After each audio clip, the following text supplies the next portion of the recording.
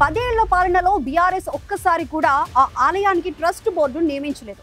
ఆలయ అభివృద్ధి హామీతో ముందుకొచ్చిన కాంగ్రెస్ ప్రభుత్వం గతేడాది డిసెంబర్లో నోటిఫికేషన్ విడుదల చేసింది. ఆశావహులు దరఖాస్తు చేసుకొని ఎన్ని ప్రయత్నాలు చేసినా పాలక మండలి నియామకం పెండింగ్ లోనే పడుతూ వచ్చింది. చివరికి ప్రభుత్వం తాజాగా మరోసారి గ్రీన్ సిగ్నల్ ఇచ్చింది. ఎందుకింత ఆలస్యమైంది? నియామక ప్రక్రియ ఎలా జరగబోతోంది?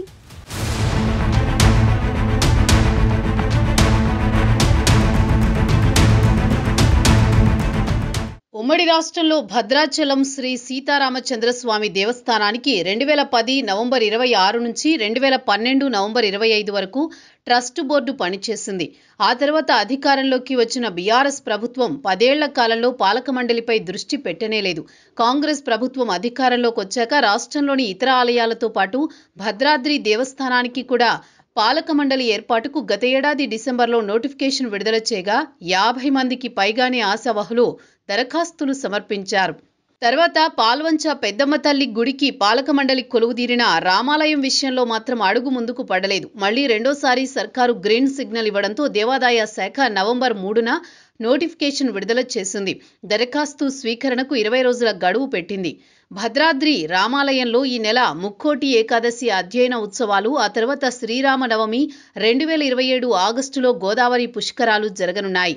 ఇలాంటి కీలక సమయంలో ట్రస్ట్ బోర్డు ఏర్పాటైతే అధికారులకు సాయంగా ఉంటుందనే అభిప్రాయం ఉంది.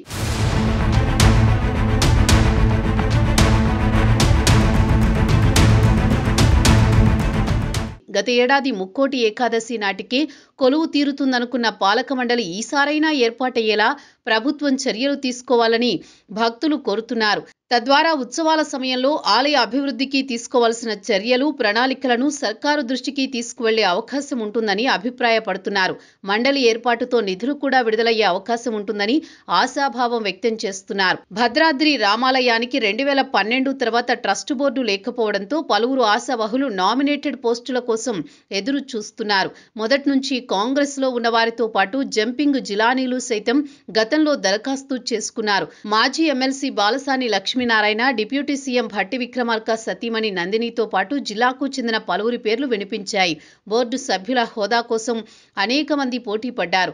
ఎమ్మెల్యేల సిఫార్సు లేఖలతో పాటు మంత్రుల ఆశీస్సుల కోసం ప్రదక్షిణలు చేశారు. అయినా అప్పుడు పాలక మండలి కొలువు తీరకపోగా మళ్లీ నోటిఫికేషన్ జారీ కావడంతో కథ మొదటికొచ్చింది. మీనమేషాలు లెక్క పెట్టకుండా ఇకనైనా పాలక మండలిని ఏర్పాటు చేస్తారో లేకపోతే వాయిదా వేసుకుంటూ పోతారో చూడాలి మరి.